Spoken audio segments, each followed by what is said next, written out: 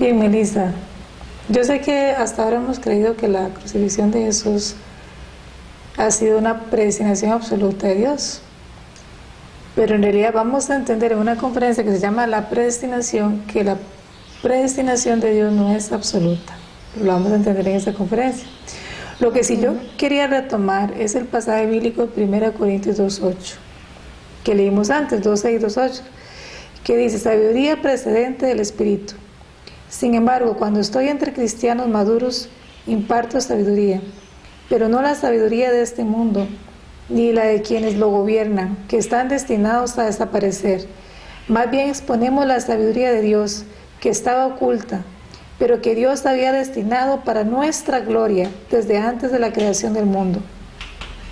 Ninguno de los gobernantes del mundo la han comprendido, pues si la hubieran comprendido, no habrían crucificado al Señor de la gloria. Esto nos lo dice Pablo, literalmente. No estoy interpretando. Lo que está diciendo es que la sabiduría de Dios no fue conocida por los gobernantes del mundo. Quiere decir, por los líderes religiosos de la época. Porque si ellos lo hubieran entendido, no habrían crucificado al Hijo de Dios. Esto es literal. Muchas veces nos aferramos literalmente a la Biblia y otras veces no queremos aferrarnos literalmente a la Biblia. La pregunta es ¿por qué? ¿Por qué a veces interpretamos para acomodar todo nuestro dogma? El principio divino tiene una magia, yo le llamo magia. La magia es que siempre analiza los dos lados de la moneda para llegar a una conclusión. Y si bien es cierto que hay versículos bíblicos que parecen dar a entender que Jesús venía para ser crucificado, también es claro que en la Biblia hay otros que dan a entender lo contrario. Si solamente leemos aquellos que justifican la crucifixión de Jesús en la cruz, vamos a entender que es así. Y vamos a rechazar los otros que la niegan. Pero creo que el ser humano inteligente debe analizar ambos lados de la moneda para sacar una conclusión. Sí. Negar que esos versículos bíblicos existen en la Biblia no estaría bien desde el punto de vista del cristianismo. Bien, también recordamos, como ya vimos, que hay dos profecías acerca de la crucifixión de la cruz, ¿de acuerdo? Sí. Pero acerca de la venida de Jesús. Sobre el cumplimiento de la voluntad de Dios, vemos que en Isaías 9, Isaías 11 e Isaías 60 se habla de un rey y de un gran reinado que se va a establecer en la tierra y que este rey es Jesús. ¿De acuerdo? En Isaías 53 leemos el sufrimiento de Jesús en la cruz y su padecimiento. Ahora, ¿por qué Dios da dos clases de profecías? Como habíamos dicho antes, por la porción de responsabilidad humana. El ser humano fue creado con porción de responsabilidad. Entonces, Dios le dice a Adán y Eva en el jardín de Edén: no coma del fruto. Ellos tenían la posibilidad de cumplir su porción de responsabilidad o no cumplirla. ¿Se entiende? Sí. ¿Por qué ellos no la cumplieron? Porque se apartan de Dios. ¿De acuerdo? Igual acá, ya el ser humano había dado bastante pruebas de que podía fallar. Entonces Dios da dos profecías. La porción de responsabilidad de Dios es enviarnos al Mesías. Y la porción de responsabilidad humana es creer en el Mesías. Si la gente hubiera creído en el Mesías, se hubiera completado la profecía de un gran reinado en la tierra. Si la gente rechaza al Mesías, el Mesías tiene que pagar por los pecados de la humanidad en lugar de ellos y es crucificado. Esto fue una gran falla de la porción de responsabilidad humana. Entonces, realmente Jesús es crucificado porque el ser humano no creyó en él. O sea, el ser humano volvió a fallar en su porción de responsabilidad. ¿Se comprende? Sí. Dios todo lo que profetiza, lo profetiza para el bien. Y eso lo vamos a entender también bíblicamente en una conferencia que se llama La Predestinación. ¿Está bien? Okay. Ahora vamos a analizar el punto número 6. Si quieres lo leemos. Versículos bíblicos escritos como si la crucifixión de Jesús fuera inevitable. En la Biblia encontramos muchos versículos escritos como si el sufrimiento de Jesús a través de la crucifixión fuera inevitable. Uno de los ejemplos representativos es cuando Jesús, reprendiendo a Pedro, que había tratado de disuadirle de que sufriera cuando le profetizó su sufrimiento en la cruz, diciéndole: quítate de mi vista, Satanás. Mateo 16, 23. Jesús estaba entonces resuelto a tomar la cruz como la condición de indemnización para pagar por la realización de solo la salvación espiritual del ser humano. Cuando vio que no podía cumplir la providencia de la salvación a la vez espiritual y física. Lucas 9:31. En esta situación, cuando Pedro le estaba disuadiendo de que tomara el camino de la cruz, actuaba en contra de la providencia de la salvación espiritual a través de la cruz. Por ello, Jesús lo reprendió. En otro momento, cuando Jesús pronunció sus últimas palabras en la cruz diciendo: todo está cumplido, Juan 19:30. No quiso decir que todo el propósito de la providencia de la salvación se lograba a través de la cruz. Sabiendo que la incredulidad del pueblo era en aquel punto un hecho incambiable, Jesús escogió el camino de la cruz con el fin de establecer el fundamento de la providencia de la salvación espiritual, dejando la providencia de la salvación física para el tiempo de la segunda llegada. Por consiguiente, Jesús, con sus palabras, todo está cumplido, quiso decir que cumplió su trabajo de establecer la base de la providencia de la salvación espiritual mediante la cruz, que era la providencia de la salvación secundaria. Ok, lo vemos acá.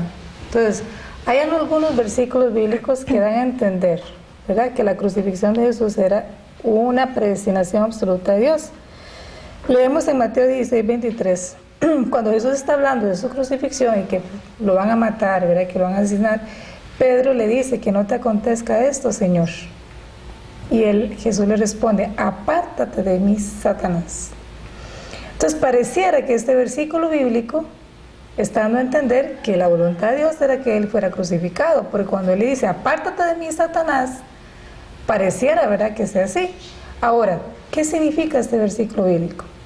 En este momento Jesús ya sabía que no había ningún tipo de fundamento en la tierra, que no le estaban creyendo y que él no iba a poder dar la salvación del cuerpo y del espíritu. Él ya estaba resuelto a dar la salvación espiritual, ¿verdad? Y él sabía que para dar la salvación espiritual el camino era la cruz. Satanás, que había hecho de todo para terminar con el fundamento que tenía Dios en la tierra para que Jesús fuera aceptado, y de hecho lo terminó a tal punto de que uno de sus discípulos traiciona a Jesús y Pedro lo niega 3 veces. Sí. Entonces ya Jesús sabía que Satanás tenía la batalla ganada en ese nivel. Él estaba dispuesto a la salvación espiritual. En este momento Satanás no quería que Jesús ni siquiera diera la salvación espiritual. Entonces utiliza a Pedro para tentarlo, porque en realidad Jesús no estaba sujeto a tentación, pero Satanás siempre lo intenta. Entonces en ese momento ya él se le dice: apártate de mí, Satanás, porque en este momento sí, la salvación espiritual era una meta de Jesús, y si él no iba por el camino de la cruz tampoco le iba a poder dar, por eso Satanás lo persuade a través de Pedro. Entonces vemos que esto significa este versículo bíblico. ¿Recuerda? Pero ¿por qué dice que no había nadie que le creyera? ¿Y los discípulos? Los discípulos. Los discípulos creyeron en Jesús. Ellos eran los que lo estaban siguiendo. Hay varias formas de decir que seguir a una persona no significa que le están creyendo, ¿verdad? Por eso es que al principio vino a hacer una diferencia entre seguidores y creyentes. Y hace una diferencia entre creyentes simbólicos y creyentes sustanciales. Si realmente los discípulos le hubieran creído a Jesús, en Mateo 26, cuando él hace la oración de Getsemaní, y Jesús le dice a 3 de sus principales discípulos, los 3 principales: mi alma está triste hasta el punto de la muerte, quedaos aquí y velad conmigo. Y Jesús se aparta a orar y dice que su rostro cae en la tierra y él está tan abatido, ¿verdad? Y ora profundamente. Pero después de 1 hora de orar, Jesús se levanta y va a ver a sus discípulos y los encuentra durmiendo. Pensemos por un momento, cualquier ser humano común y corriente, si tiene a una hermana o a su mamá o a un amigo que le dice que su alma está triste hasta el punto de la muerte, creo que se preocuparía un poco. Es evidente que los discípulos no estaban unidos con Jesús porque ellos simplemente se durmieron. Y después Pedro lo niega 3 veces. ¿Por qué Pedro lo niega? Porque realmente no estaba unido con Jesús. Realmente el único que creyó en Jesús fue el ladrón de la derecha. ¿Por qué el ladrón de la derecha? Piensa, Melissa.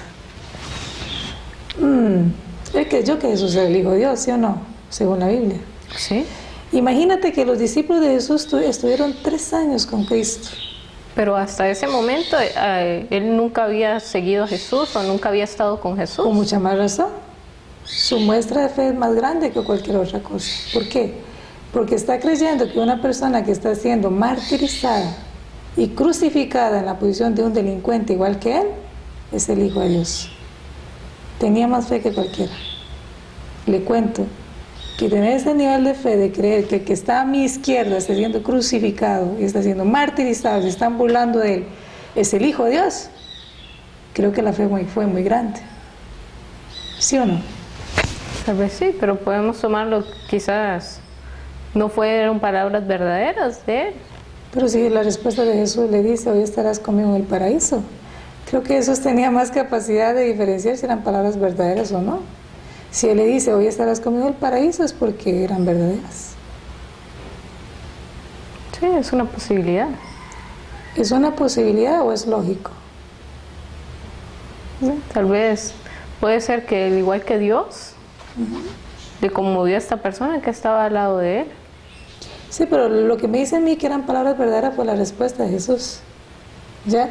O sea, humanamente se puede haber conmovido y parece que esa conmoción es natural, pero la respuesta de Jesús, de elevarlo al paraíso, siendo que era un delincuente, creo que la fe era verdadera. Bueno, el otro versículo bíblico de Juan 19:30, dice Jesús, todo está consumado. Entonces la gente dice, sí, claro, como él fue crucificado, todo se cumplió, ¿verdad? De acuerdo a la voluntad de Dios. Pero en realidad, este pasaje bíblico significa que él estableció el fundamento para la salvación espiritual, lo que él pudo cumplir hasta ahí. Entonces sí, todo se cumplió, de acuerdo con la base de la salvación espiritual, pero el cuerpo quedó encadenado a Satanás.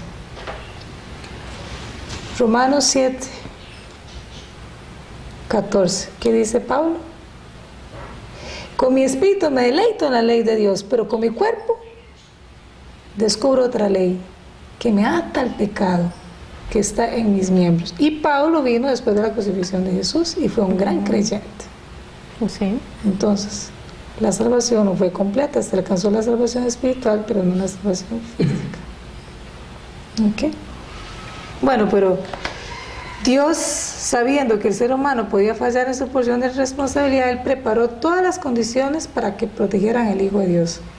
Y vamos a ver que preparó a alguien muy especial para que diera testimonio sobre Jesús. ¿Y qué fue lo que pasó con esta persona?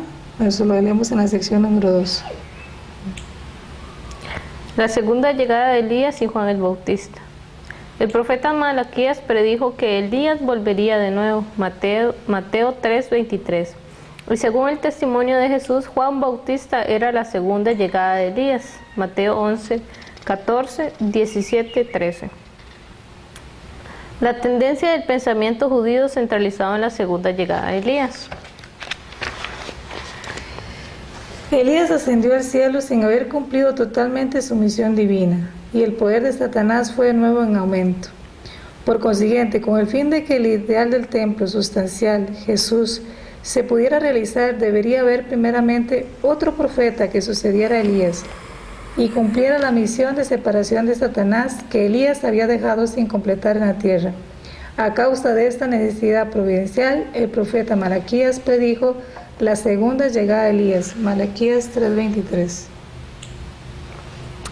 La ferviente esperanza del pueblo judío que creía en estas profecías era naturalmente la llegada del Mesías, pero debemos saber que de igual manera esperaban la segunda llegada de Elías.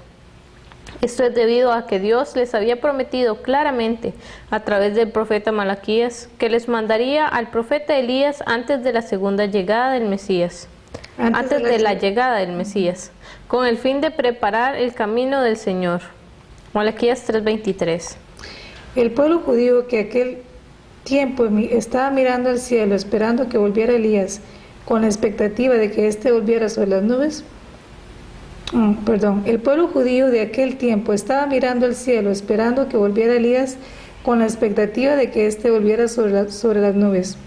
Eso es exactamente igual a los creyentes cristianos de hoy, que están mirando al cielo creyendo que Jesús volverá sobre las nubes.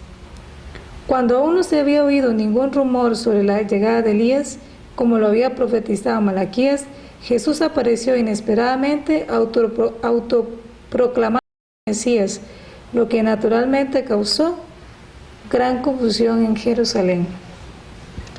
Entonces, ¿qué entendiste de esta parte? La promesa que le había hecho el profeta Malaquías al pueblo, ¿verdad? Que tenía que venir Elías. Tenía que venir Elías, pero Elías es un profeta que vivió 900 años antes de Jesús. Entonces, ¿y cómo había sido escrita la experiencia con Elías en la Biblia? Dice que él estaba caminando y que Eliseo lo vio ascender al cielo en un carro de fuego. Entonces, esto conocían los israelitas. Ellos sabían que Elías se había ido así. Y la profecía de Malaquías decía que antes de Jesús tenía que venir Elías. Entonces, ¿cómo que lo estaban esperando ellos? De igual manera, estaban mirando al cielo a ver cómo descendía un carro de fuego con Elías. Pero de repente aparece Jesús diciendo que Él es el Mesías. Entonces esto crea una confusión. Cuando los discípulos empiezan a predicar de que Jesús es el Mesías, le preguntan a ellos, bueno, pero es que la Biblia dice que tiene que venir Elías primero, como tu maestro dice que es el Mesías. Entonces los discípulos van y le preguntan a Jesús, ¿por qué dicen los fariseos y los escribas que Elías tenía que venir primero? ¿Y qué responde Jesús? Elías ya vino. Y los discípulos entendieron que él estaba hablando de Juan el Bautista. Jesús dijo entonces que Elías ya había venido y que era Juan el Bautista. Eso respondió Jesús. Entonces los discípulos, que eran muy humildes, ¿verdad?, se van a predicar, ya resuelto el enigma, ¿verdad? Cuando les cuestionan a ellos de que por qué ellos siguen diciendo que Jesús es el Mesías, si no está Elías, entonces les dicen, no, ya vino, es Juan Bautista. Jesús nos dijo que es Juan Bautista. Entonces, ¿qué hacen los escribas y fariseos? Le envían a Juan el Bautista mensajeros para preguntarle quién es él, si él realmente es Elías. Y Juan Bautista dice, no soy Elías. Eso creó un problema. Pero vamos a seguir leyendo.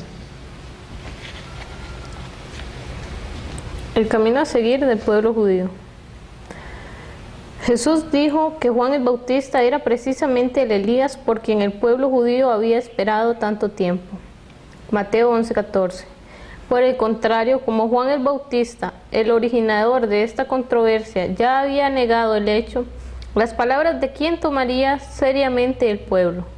Obviamente es un problema que se definirá viendo cuál de los dos, Jesús o Juan, era el más confiable a los ojos de los judíos. Examinemos entonces qué opinión tendría el pueblo judío acerca del aspecto de Jesús. Jesús era un joven falto de aprendizaje, nacido y formado en el hogar pobre y humilde de un carpintero.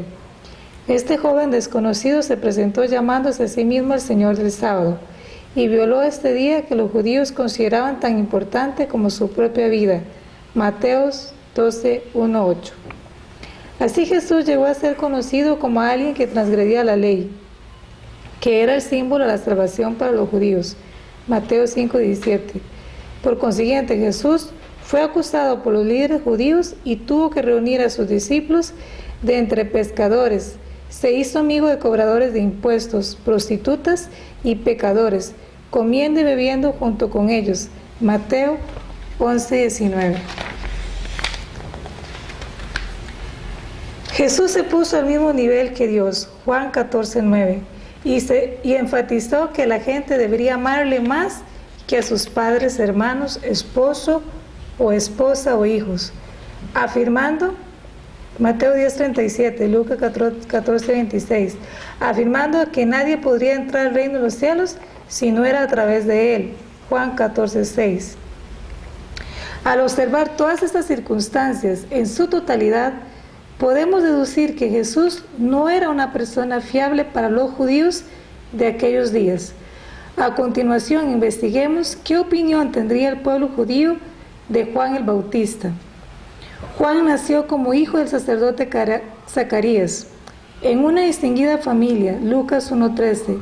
Su padre, quemando incienso en el santo, vio al ángel del Señor que le anunció que su esposa concebiría un hijo. Por no creer en las palabras del ángel, Zacarías se quedó mudo y no recuperó el habla hasta después del nacimiento del niño. Debido a estos milagros y signos, su nacimiento asombró en gran manera a toda la ciudad. Lucas 1:9-66. Cuando comparamos a Jesús y a Juan el Bautista desde el punto de vista del pueblo judío, ¿qué palabras considerarían más dignas de crédito, las de Juan o las de Jesús? Es indudable que las palabras de Juan el Bautista. Por consiguiente, tuvieron que dar más crédito a las palabras de Juan cuando él negó que fuera el Elías, que al testimonio de Jesús de que Juan Bautista era Elías. Entonces, al creer los judíos en las palabras de Juan, el testimonio de Jesús acabó siendo una especie de falso testimonio. Solo para afirmar que era el Mesías, por eso fue automáticamente acusado de ridículo. Entonces vemos claramente que los judíos se vieron en la obligación de comparar a Jesús y a Juan. Jesús dijo que Juan Bautista era Elías que había de venir, ¿verdad? Eso lo leemos en Mateo 11:14. Pero Juan el Bautista negó que él era Elías. Y la gente creía tanto en Juan el Bautista que no solamente negó que era Elías, sino que la gente también le preguntó, ¿eres tú el Mesías? O sea, Juan tenía que negar que él era el Mesías y Jesús tenía que estar diciendo que él era el Mesías. A Jesús no le creían y a Juan el Bautista le creían tanto que le llaman a preguntar. El punto es que él negó que él era Elías. Pero también fue Juan el Bautista el que bautizó a Jesús. Claro. Y vio que él era el Hijo de Dios porque se posó la paloma sobre él. Con mucha más razón. Entonces pareciera que él debería haber afirmado las palabras de Jesús, siendo que él sabía que era el Hijo de Dios. Él debería haber pensado, si Jesús dice que yo soy Juan Bautista, debe ser por alguna cosa que viene de Dios. Pero él al contrario lo negó. Entonces ahí el pueblo judío tuvo que decidir entre los dos en quién creía más. Y viendo las características externas de Jesús, que eran las que veían los judíos, porque ellos no conocían internamente a Jesús, y estaban muy separados de conocerlo, porque ni siquiera le creían, ¿cuáles eran las características externas de Jesús? Hijo de un carpintero, no había sido educado, ¿verdad? Empezó a relacionarse con prostitutas, con, ¿verdad?, lo más bajo de la ciudad, y no solamente eso, sino que era un ser humano que provocaba problemas, porque él decía, deja a tu padre y a tu madre y ven conmigo. Sí. Imagínense cómo se veía una situación de estas. Violaba el sábado, que era tan fuerte para los judíos en aquella época, ¿verdad? Era realmente violentar la ley, so pena de muerte. O sea, había una serie de circunstancias que rodeaban a Jesús que no lo hacían ver bien ante el pueblo judío, sino más bien era descalificado por sus circunstancias. En cambio, Juan Bautista era muy calificado por sus características externas. Primero, su concepción y nacimiento había sido un milagro. El mismo ángel del Señor se le apareció diciéndole a Zacarías que su esposa iba a quedar embarazada. Zacarías queda mudo hasta el nacimiento del niño y ocurre un gran milagro donde todo el pueblo se entera que ahora Zacarías habla, ¿verdad? Y hubo grandes milagros alrededor del nacimiento de Juan Bautista. No solamente él fue un asceta que se fue al desierto, comía solo langosta, o sea, no se contaminaba con los alimentos impuros que consideraba el pueblo de Israel. era hijo de un sacerdote. Entonces, ¿quién tenía más nombre o prestigio para creerle, a Jesús o Juan Bautista? Viéndolo de esa manera, sería Juan el Bautista. Juan Bautista, ellos creyeron en el testimonio de Juan Bautista de que él no era Elías. Entonces Jesús quedó como un ridículo, ¿verdad? Entonces solamente pensaron, claro, está diciendo eso para afirmar que él es el Mesías, como la profecía decía que Elías tenía que venir, entonces parece que lo acomodó todo para afirmar que él es el Mesías. Entonces Sí. quedó de ridículo. Ahora vamos a leer el punto 3. La incredulidad de Juan el Bautista. Tal como ya lo hemos discutido, los jefes de los sacerdotes, así como todo el pueblo judío de aquel tiempo, respetaban a Juan el Bautista, hasta tal grado que ellos pensaban que podría ser el Mesías. Lucas 3:15, Juan 1:20. Si Juan Bautista hubiera declarado que él era Elías, como Jesús testificó, la totalidad del pueblo judío que esperaba la vuelta de Elías antes de la llegada del Mesías, sin ninguna duda hubieran venido a Jesús, debido a que estaban acostumbrados a creer en el testimonio de Juan el Bautista. Pero la ignorancia de la providencia de Dios por parte de Juan el Bautista, quien finalmente afirmó que no era Elías, fue la causa principal que bloqueó el camino del pueblo judío hacia Jesús. De esta manera, Dios le manifestó directamente a Juan el Bautista que Jesús era el Mesías. E incluso Juan mismo dio testimonio de él como Mesías. Mientras que Juan 1:23 dijo que él venía con la misión de enderezar el camino al Mesías. Además, existe el registro evidente, Juan 3:28, de que había sido enviado antes que Cristo. Por lo tanto, Juan el Bautista debería haber conocido necesariamente por su propia sabiduría el hecho de que él era Elías. Pero él era ignorante de la voluntad de Dios, Mateos 11:19. Y además de haber ya negado el testimonio de Jesús, Juan 1:21, después de ello siguió una dirección diferente de la providencia. En realidad, Juan terminó toda su misión como testigo de Jesús cuando lo bautizó y dio testimonio de él. Juan el Bautista debería haber servido a Jesús como un discípulo después de haber dado testimonio de él. Aun cuando leemos en Juan 3:30 que Juan el Bautista dice, es preciso que él crezca y que yo disminuya, vemos claramente que él no compartió el mismo destino que Jesús. Cuando el centro de la vida de Juan estaba del lado de Dios, él dio testimonio consciente de que Jesús era el Mesías. Pero cuando se le cortaron las inspiraciones espirituales y volvió a ser un Juan humano, su ignorancia incrementó aún más su falta de fe en Jesús. Como él tampoco pudo creer que Jesús era el Mesías, por aparecer antes que venga Elías, envió finalmente a sus discípulos a Jesús para quitarse las dudas, preguntando, ¿eres tú el que ha de venir o debemos esperar a otro? Mateos 11:3. Jesús no le contestó directamente que él era el Mesías, sino que respondió de una manera indirecta diciendo, id y contad a Juan lo que oís y veis, los ciegos ven, los cojos andan, los leprosos quedan limpios, los sordos oyen, los muertos resucitan y se anuncia a los pobres la buena nueva. Mateo 11:4-5. Y dichoso aquel que no se escandalice de mí. Mateos 11:6. Juan el Bautista era una persona tan maravillosa que los judíos de aquellos días se preguntaban unos si sería el Mesías, otros si sería Elías, otros el profeta. Lucas 3:15, Juan 1:20-21. Pero Jesús advirtió sobre el destino de Juan el Bautista a decir indirectamente que quien tropiece por causa de él, por muy grande que fuera, no sería dichoso. Jesús dijo, en verdad os digo, que no ha surgido entre los nacidos de mujer uno mayor que Juan el Bautista. Sin embargo, el más pequeño en el reino de los cielos es mayor que él. Mateo 11:11. Juan el Bautista, que dio testimonio del Mesías directamente era más grande que cualquier otro profeta. Sin embargo, desde el punto de vista de servicio al Mesías, no puede ser sino el más pequeño, porque aún el menor en el cielo sabe que Jesús es el Mesías y lo sirve como tal, mientras que Juan el Bautista, que había sido llamado para la misión de servirle más cerca que nadie, Lucas 1:76, más bien fue por un camino diferente al de Jesús, y con esto él quedó en la posición de servir a Jesús peor que el más pequeño en el cielo. Si hubiera servido a Jesús, sin duda, habría llegado a ser su discípulo principal.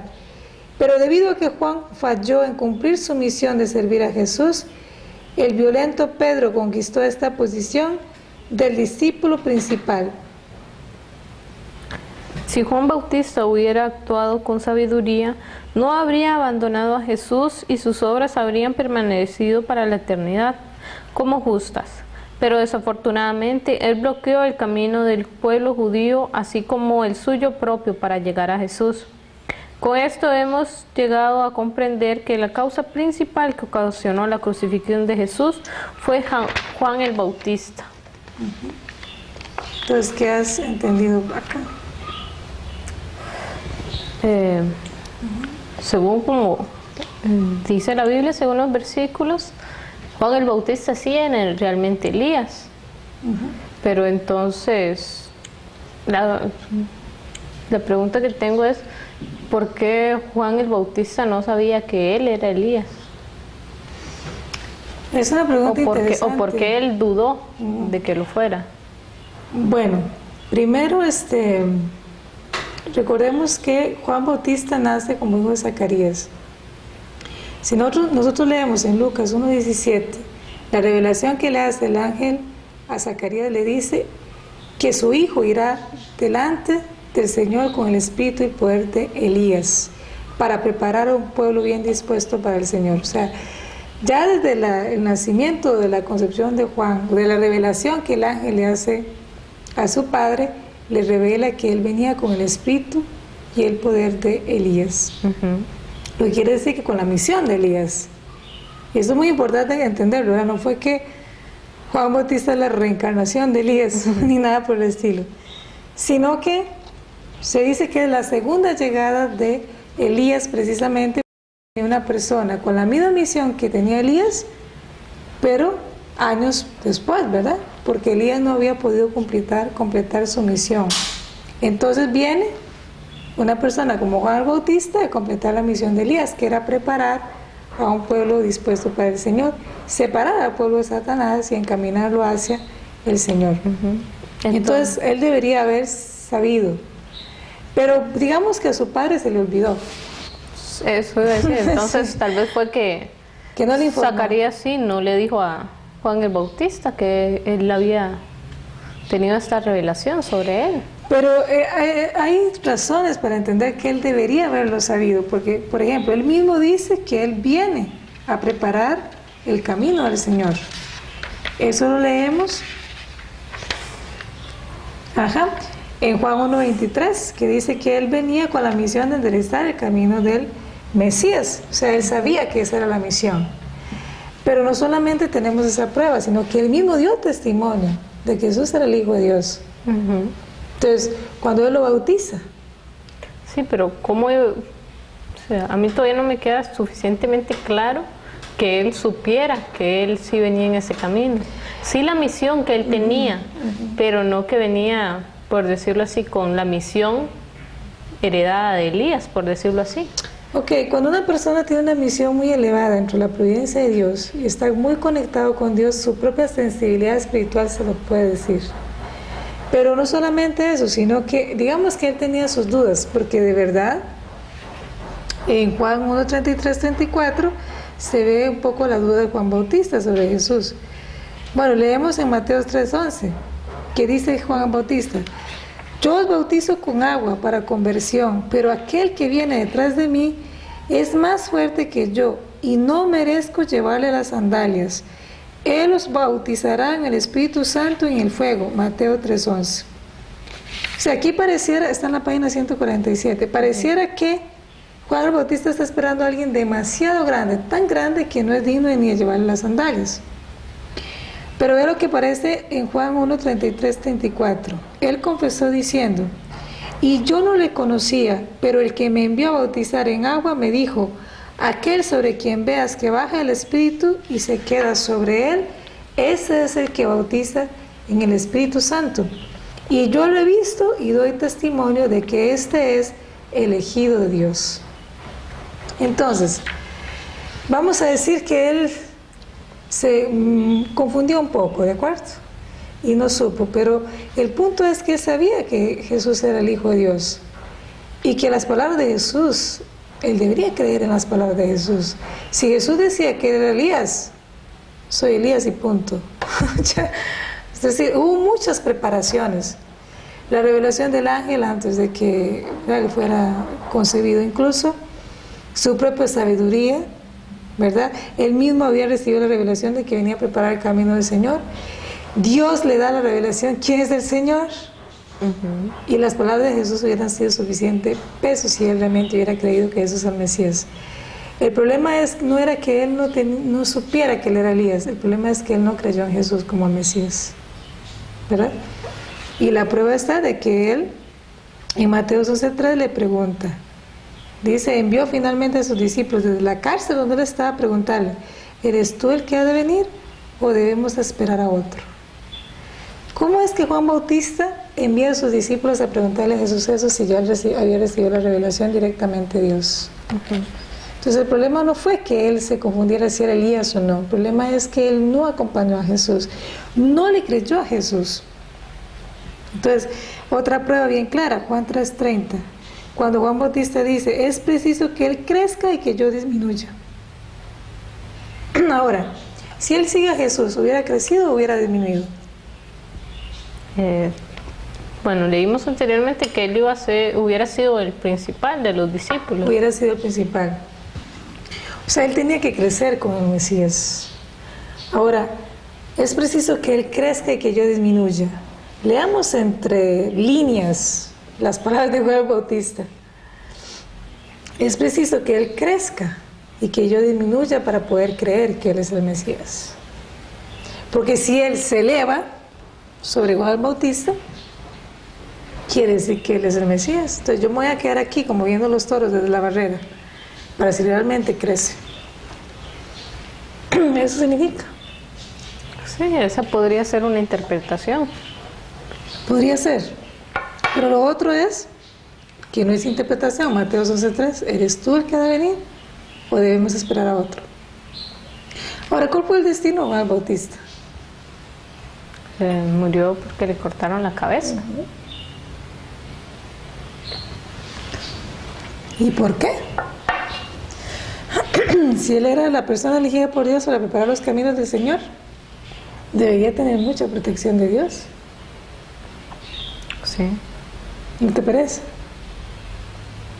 Sí, debería. ¿Qué hace Juan Bautista, ya hablando lógicamente, sacando los trapos sucios al rey Herodes, cuando él debería estar con Jesús, dando testimonio de que Jesús es el Mesías? ¿No? Simplemente fue porque él no pudo creer. O sea, él tuvo dudas. ¿Y por qué tuvo dudas? Claro, cuando él está inspirado y que Dios lo llama y le hace inspiración y que él ve, ¿verdad?, que los cielos se abren y que Dios le dice: este es mi hijo amado en quien tengo complacencia. Claro, este es el hijo. Lo más interesante acá es una cosa muy interesante. Y yo no le conocía. ¿Quién era Jesús? ¿No era primo de Juan el Bautista? ¿Por qué él dice: y yo no le conocía? Creo que él sabía muy bien quién era Jesús. Era su primo, hijo de María, prima hermana de su madre Isabel. ¿Por qué dice: y yo no le conocía? Lo que está diciendo aquí es: y yo no sabía que él era el Mesías. Sí. Pero el que me envió a bautizar en agua me dijo: aquel sobre quien veas que baja el Espíritu y se queda sobre él, ese es el que bautiza con el Espíritu Santo. Y yo le he visto y doy testimonio de que este es el elegido de Dios. O sea, imagínense, ¿verdad? Parece el primo medio harapiento. Y Dios le dice, este es el elegido. Y le dice, yo no sabía. Pero bueno, Dios me lo está diciendo y doy testimonio, él es el elegido. Entonces, por lo que hemos analizado un poco, a mí me daría a entender como que Juan el Bautista creía que Jesús era muy poca cosa. Pareciera, porque recuerda que él esperaba a alguien muy grande.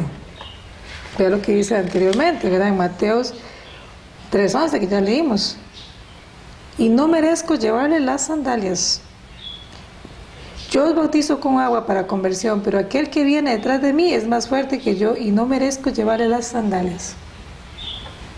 Y de repente aparece su primo, harapiento, ¿verdad? Aquel que había sido concebido de una manera extraña y los rumores estaban por todo Israel. Y Dios le da la revelación. Entonces Juan dudó que Jesús era el Mesías y la prueba está clarísima. Le manda a preguntar. ¿Por qué le manda a preguntar si ya Dios le había dado la revelación? Sí. ¿Por qué le manda a preguntar? Porque dudó. Él nunca se unió a Jesús. Nunca se unió. Si él se hubiera unido, nada más lo hubiera seguido y hubiera sido su discípulo, su principal, hubiera dado testimonio de que él realmente era el Mesías. Una persona me preguntó un día de esos, Daisy, ¿pero realmente fue responsabilidad de él? Sí.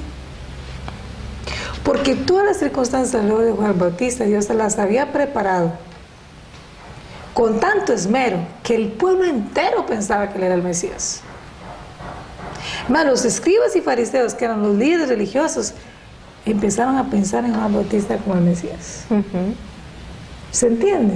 O sea, Dios preparó todo porque él sabía que el pueblo judío podía caer en dudas de que su hijo era el Mesías. Entonces él necesitaba preparar una figura antes de que viniera él, antes de que apareciera el Mesías, tan poderosa, tan significativa para el pueblo judío, que creyeran tan ciegamente, a punto de creer que era el Mesías, para que cuando llegara el hijo de él, de Dios, como creían tanto en Juan Bautista, si Juan Bautista decía que Jesús era el Mesías, le iban a creer.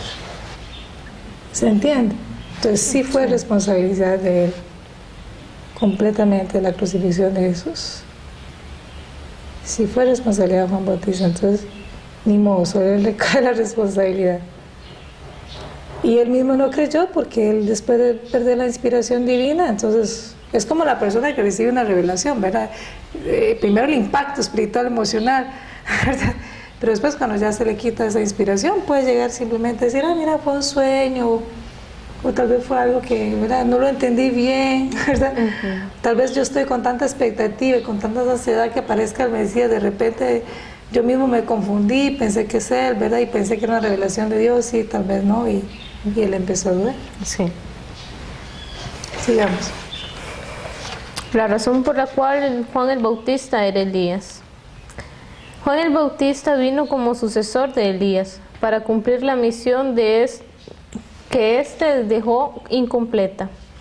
Lucas 1:17 dice: Juan nació con la misión de ir delante del Señor con el espíritu y poder de Elías, para reconciliar a los padres con los hijos y enseñar a los rebeldes la sabiduría de los justos, a fin de preparar al Señor un pueblo bien dispuesto. Por esta razón, Juan era la segunda llegada de Elías desde el punto de vista de sus misiones.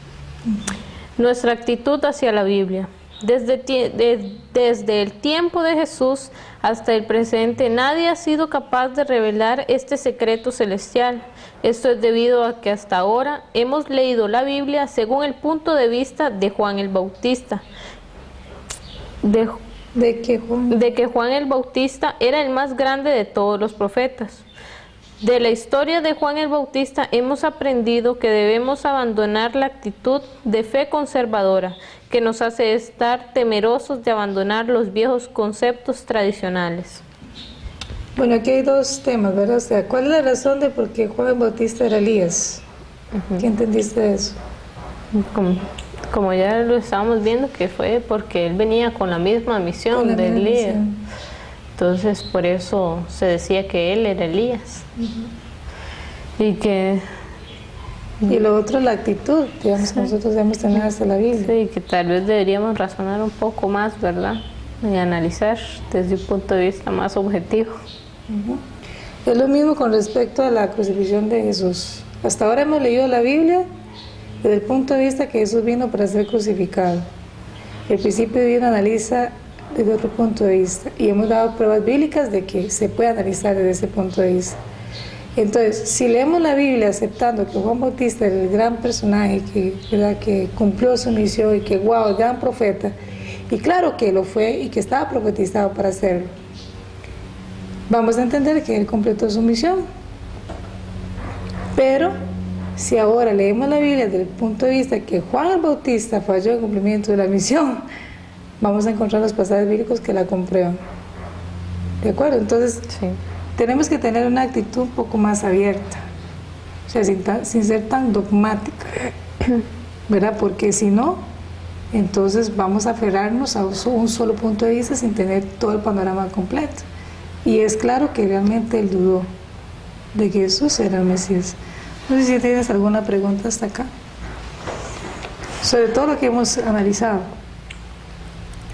Realmente decir este tema se me sale el concepto que yo tenía con respecto a la salvación que nos dio Jesús y un poco de Juan el Bautista. No había analizado esta otra parte que explica la Biblia sobre, más que todo sobre Jesús, ¿verdad? Habíamos tenido el concepto de que Jesús sí realmente era la voluntad de Dios que él fuera crucificado. Pero vimos que hay pruebas que contradicen eso también. Sí. Me hace pensar mucho este tema, ¿verdad? Con respecto a la fe que tengo, de cómo ver ahora o en qué posición está Jesús, o cómo ver la fe cristiana ahora. Bueno, Jesús sigue en la posición en la que ha estado desde esos 1000 años después de su crucifixión como el Mesías espiritual, ¿verdad? El que se sacrificó por la salvación de la humanidad sigue en esa posición. O sea, no estamos disminuyendo la figura de Jesús, para nada. Y de hecho te puedo decir que yo creo más en Jesús después de estudiar el principio divino que antes de estudiar el principio divino, porque puedo comprender su dolor, que él siendo una persona que fue enviada para dar la salvación completa a la humanidad no lo entendió y le mató, le asesinó, y por eso él tuvo que ir por un camino de tanto sufrimiento y la agonía de él. De hecho, cuando él está en la cruz, él dice: Padre, perdónelos, ellos no saben lo que hacen. Si Jesús hace esa solicitud al Padre Celestial: Padre, perdónelos, ellos no saben lo que hacen. Es muy claro que la humanidad estaba haciendo una barbaridad, fuera la voluntad de Dios, por invasión satánica. Satanás los invadió, ¿de acuerdo? Porque ellos no pudieron creer en el Mesías. Si ellos hubieran creído en el Mesías, Satanás se hubiera tenido que apartar de ellos y se hubiera creado la soberanía de Dios. Satanás hubiera sido eliminado del mundo. Pero como ellos no pudieron creer, y entonces Satanás los invadió, y por eso crucificaron al Mesías. Por eso la Biblia dice: y Satanás invadió a Judas. No dice que Dios inspiró a Judas para traicionar a Cristo. Dios, Satanás lo invade para que lo traicione. Entonces, realmente toda esta historia de Jesús es algo que uno, si lo entiende y si lo estudia detenidamente, es la historia más triste que ha entristecido el corazón de Dios, más fuerte, incluso más que la propia caída de Adán y Eva. Y hay algo muy interesante. Pero nosotros vimos en la introducción, ¿verdad?, que el principio divino es revelado por Samyamun, ¿verdad?, que fue revelado en Corea por él.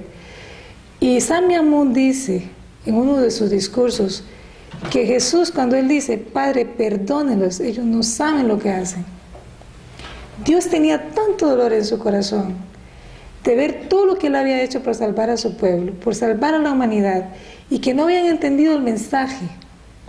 Dios realmente estaba completamente triste de lo que le estaban haciendo a su hijo, y que Dios tenía tanta tristeza a punto de explotar su corazón, y que Dios realmente tuvo la intención de destruir a la humanidad. Y Jesús, con un corazón de amor a sus hermanos, dice: Padre, perdónelos, no saben lo que hacen. ¿Se entiende? El corazón de Jesús. Y que nosotros todavía tengamos, digamos, la barbaridad de decir muchas cosas que le duelen todavía a Dios. Yo creo que nosotros deberíamos de arrepentirnos por esto que ocurrió, que no lo entendimos hasta ahora, y que si no lo entendemos con la explicación que al principio divino es porque no queremos abrir nuestro corazón. Pero pensémoslo un poco, ¿qué se siente cuando nosotros estudiamos la tristeza de Jesús cuando está padeciendo en la cruz? No era necesario. Se hizo necesario porque el ser humano se aparta de Dios y no puede creer en el Hijo de Dios ni en su misión. Bueno, hemos concluido así entonces la misión del Mesías, y con esto podemos entender cómo Dios trabaja para salvar al ser humano. Y la providencia, la salvación o la historia humana es el trabajo de Dios para que el Mesías pueda venir a la humanidad, elimine el pecado original de cada ser humano y nos dé la salvación completa, tanto espiritual como física. Como Jesús fue crucificado, entonces Él empieza a anunciar la segunda llegada del Señor. Y Él empieza a decir que tiene que volver. En el Antiguo Testamento no se hablaba de una segunda llegada del Señor. Jesús empieza a hablar de esto precisamente porque el ser humano falló en su cumplimiento de la responsabilidad, y ahora tiene que pasar un periodo de tiempo necesario para que el Mesías regrese y en su segunda llegada le dé la salvación completa a la humanidad.